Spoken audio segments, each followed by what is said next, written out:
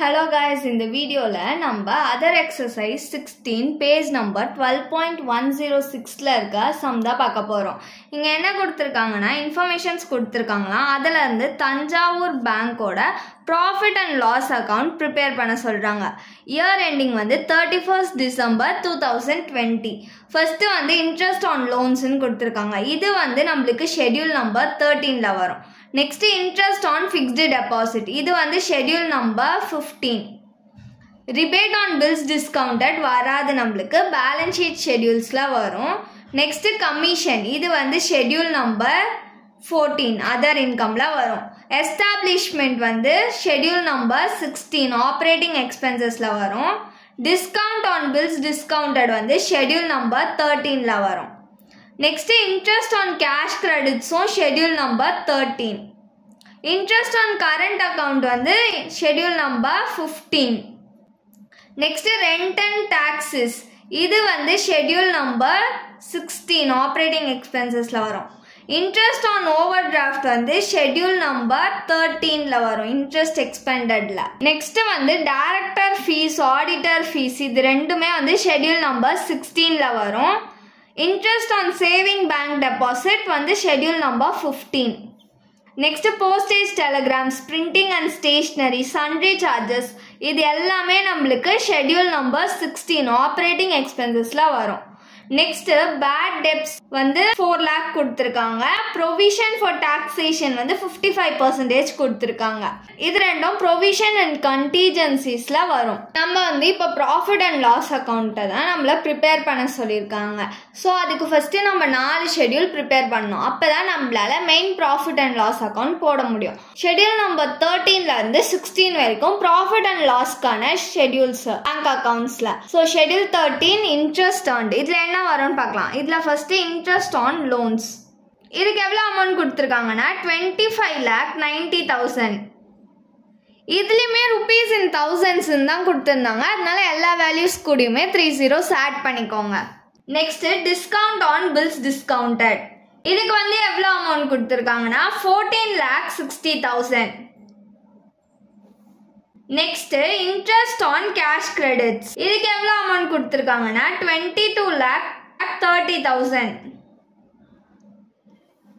Next interest on overdraft. இதுக்கு எவ்வளவு amount கொடுத்திருக்காங்கன்னா 15,40,000. Interest on loansன்றது பேங்க் வந்து நம்மளுக்கு லோன் ப்ரொவைட் பண்ணுவாங்க. சோ அதுக்கு வந்து நம்ம இன்ட்ரெஸ்ட் கட்டுறோம். அதனால இது வந்து இன்ட்ரெஸ்ட் earnedல வருது. Next interest on cash credits. நம்மளுக்கு வந்து கடன் தராங்க. அதுக்கு வந்து நம்ம இன்ட்ரெஸ்ட் பே பண்றோம். அது பேங்க்குக்கு இன்ட்ரெஸ்ட் earned. Interest on overdraftன்றது நம்ம அக்கவுண்ட்ல வந்து அமௌண்ட்டே இல்லாத போது பேங்க் வந்து நம்மளுக்கு certain amount போடுவாங்க. அதை வந்து நம்ம திருப்பி தரும்போது இன்ட்ரெஸ்டோட பே பண்ணுவோம். ஸோ அது வந்து பேங்க்குக்கு இன்ட்ரெஸ்ட் earned. ஸோ இதில் அந்த இன்ட்ரெஸ்ட் earnedல வரும். இப்போ இது எல்லாத்தையும் ஆட் பண்ணால் நம்மளுக்கு 78,20,000 கிடைக்கும். அதர் இன்கம்ல கமிஷனுக்கு எவ்வளோ அமௌண்ட் கொடுத்துருக்காங்கன்னா 82,000. அதர் இன்கம்ல இது மட்டும் தான் கொடுத்துருக்காங்க. ஸோ டோட்டல் பண்ணிக்கலாம் 82,000. Next schedule 15 interest expended. இதுல என்ன வரும்னா இன்ட்ரெஸ்ட் ஆன் ஃபிக்ஸ்டு டெபாசிட். இதுக்கு எவ்வளோ அமௌண்ட் கொடுத்துருக்காங்கன்னா 27,50,000. Next interest on current account. இதுக்கு எவ்வளவு அமௌண்ட் கொடுத்திருக்காங்கன்னா 4,20,000 கொடுத்திருக்காங்க. Next interest on savings bank deposit. இதுக்கு எவ்வளவு அமௌண்ட் கொடுத்திருக்காங்கன்னா 6,80,000. ஃபிக்ஸ்டு டெபாசிட்காக நம்மளுக்கு வந்து பேங்க் இன்ட்ரெஸ்ட் தராங்க. அது வந்து அவங்களுக்கு ஒரு எக்ஸ்பென்சஸ். நெக்ஸ்ட் கரண்ட் அக்கௌண்ட் வச்சிருக்கிறதுனால நம்மளுக்கு இன்ட்ரெஸ்ட் ப்ரொவைட் பண்றாங்க. அதுவும் வந்து பேங்க்குக்கு ஒரு expenses.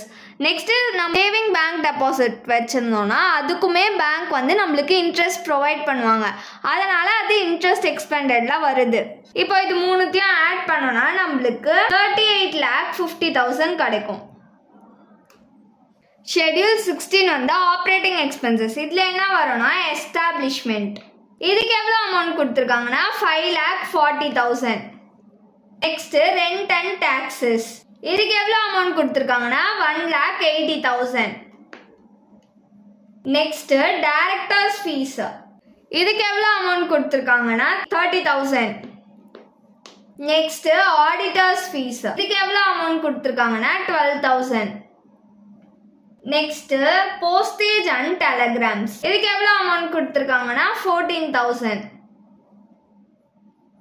Next printing and stationary, இதுக்கு எவ்வளோ அமௌண்ட் கொடுத்துருக்காங்கன்னா 29,000. நெக்ஸ்ட் சன்ட்ரி சார்ஜஸ், இதுக்கு எவ்வளோ அமௌண்ட் கொடுத்துருக்காங்கன்னா 17,000. ஸோ ஆப்ரேட்டிங் எக்ஸ்பென்சஸில் இதில் தான் வரும். இது எல்லாத்தையும் ஆட் பண்ணோன்னா நம்மளுக்கு 8,22,000 கிடைக்கும். நெக்ஸ்ட்டு வந்து ப்ரொவிஷன் அண்ட் கண்டிஜென்சிஸ், இது வந்து ஷெட்யூல் நம்பர் கிடையாது. நம்ம ரஃபாக போட்டுக்கிட்டோன்னா நம்மளுக்கு ப்ராஃபிட் அண்ட் லாஸ் அக்கௌண்ட்டில் போடுறதுக்கு ஈஸியாக இருக்கும். ப்ரொவிஷன் ஃபார் பேட் டெப்ஸ் எவ்வளோ அமௌண்ட் கொடுத்துருக்காங்கன்னா 4 lakh.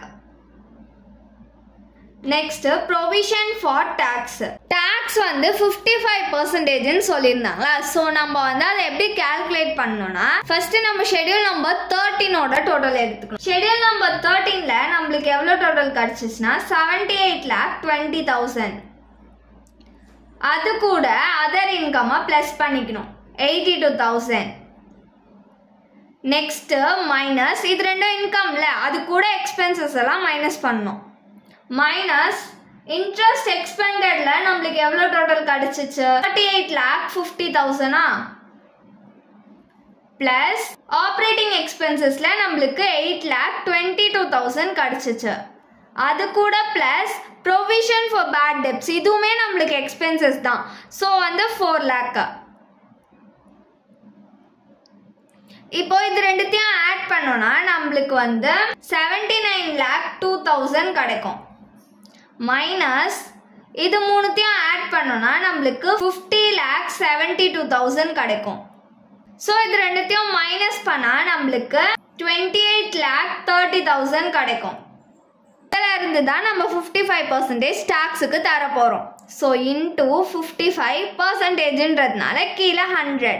இதை நம்ம கால்குலேட் பண்ணோம்னா நம்மளுக்கு 15,56,500 rupees கிடைக்கும். அதை எடுத்துகிட்டு போய் இங்கே போட்டுக்கலாம்.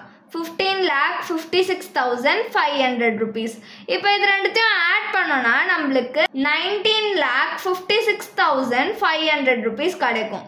இதுதான் ப்ரொவிஷன் அண்ட் கண்டிஜென்சியோட டோட்டல். இப்போ நம்ம ப்ராஃபிட் அண்ட் லாஸ்க்கு தேவையான ஷெட்யூல்ஸ் எல்லாமே ப்ரிப்பேர் பண்ணிட்டோம். இப்போ main profit and loss account prepare பண்ணலாம். ப்ராஃபிட் அண்ட் லாஸ் அக்கௌண்டோட format particular schedule number rupees. First income, இன்கம்ல இன்ட்ரெஸ்ட் earned, இதோட ஷெட்யூல் நம்பர் 13. அமௌண்ட் எவ்வளோ கண்டுபிடிச்சோம்னா 78,20,000.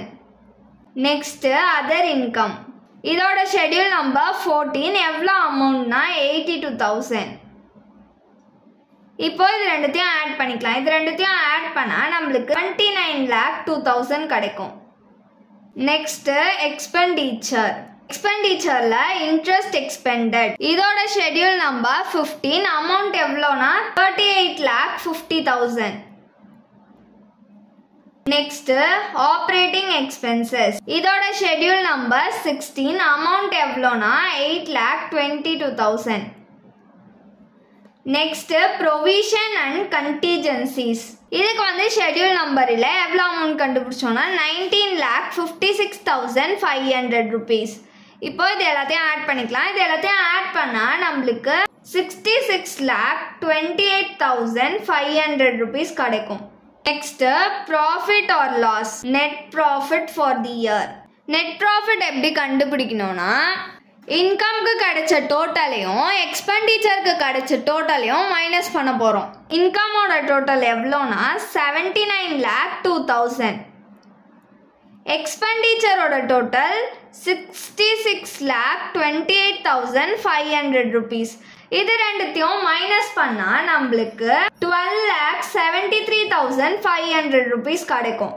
நெக்ஸ்ட் ப்ராஃபிட் brought forward, போன வருஷத்தோட ப்ராஃபிட் அவங்க கொடுக்கல. ஸோ ஐஃபன் போட்டுக்கலாம், டோட்டல் பண்ணிக்கலாம் 12,73,500 rupees. Next appropriation. அதுக்கு கீழே transfer to statutory reserve. Statutory reserve கொஷின்ல கொடுத்தாலும் சரி கொடுக்கலனாலும் சரி நம்ம எப்பயுமே நெட் ப்ராஃபிட்ல இருந்து 25% நம்ம வந்து ஸ்டாச்சுட்டரி ரிசர்வுக்கு ட்ரான்ஸ்ஃபர் பண்ணணும். ஸோ நெட் ப்ராஃபிட் நம்மளுக்கு எவ்வளோ கிடச்சிச்சுன்னா 12,73,500 rupees கிடச்சிச்சா. இதில் வந்து 25% கொடுக்கணும். 25/%ன்றதுனால கீழே 100. இப்போ இதை கால்குலேட் பண்ணோம்னா நம்மளுக்கு 3,18,375 rupees கிடைக்கும். Next transfer to other reserve. இதுக்கு வந்து அவங்க அமௌண்ட் கொடுக்கல, ஸோ ஐஃபன் போட்டுக்கலாம். Next transfer to government or proposed dividend. இதுக்குமே அமௌண்ட் கொடுக்கல, ஸோ ஐஃபன் போட்டுக்கலாம். நெக்ஸ்ட் வந்து balance carried over to balance sheet. First நம்ம டோட்டல் பண்ணிக்கணும். ப்ராஃபிட் ஆர் லாஸ் அக்கௌண்ட்டோட டோட்டலே தான் இங்கே அப்ராப்ரியேஷனுக்கும் டோட்டலாக போட்டுக்கணும். எவ்வளோ கிடச்சிச்சு? 12,73,500 rupees. Next balance carried over to balance ஷீட்டை நம்ம கண்டுபிடிக்கணும். அதுக்கு என்ன பண்ணணும்னா இந்த டோட்டல் இருக்குல்ல 12,73,500 இதோட நம்ம இந்த ட்ரான்ஸ்ஃபர் டு ஸ்டாச்சுட்டரி ரிசர்வை மைனஸ் பண்ணணும். இந்த 3,18,375 rupees இதை மைனஸ் பண்ணால் நம்மளுக்கு 9,55,125 rupees கிடைக்கும். அவ்வளோதான் இந்த சம். தேங்க்யூ.